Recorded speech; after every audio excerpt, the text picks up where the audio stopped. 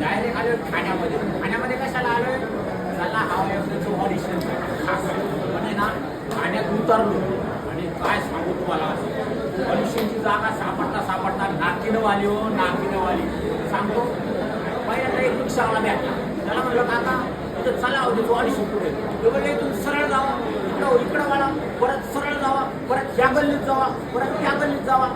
आईला नुसत्या गल्ल्या फिरलो आणि नंतरला एक असा मोठा बोर्ड लागला होता, असा एकदम मोठा, आणि त्याच्यावरती नाही का श्रीगताईचा, भारतदादाचा, विश्वदादाचा फोटो लागला होता, असा एकदम मस्त एकदम कडक.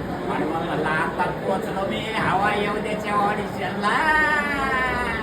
आणि मग आता काय सगळी तयारी झाली दणक्यात, आणि आता चाललो मी ऑडिशनला. येत आहे का?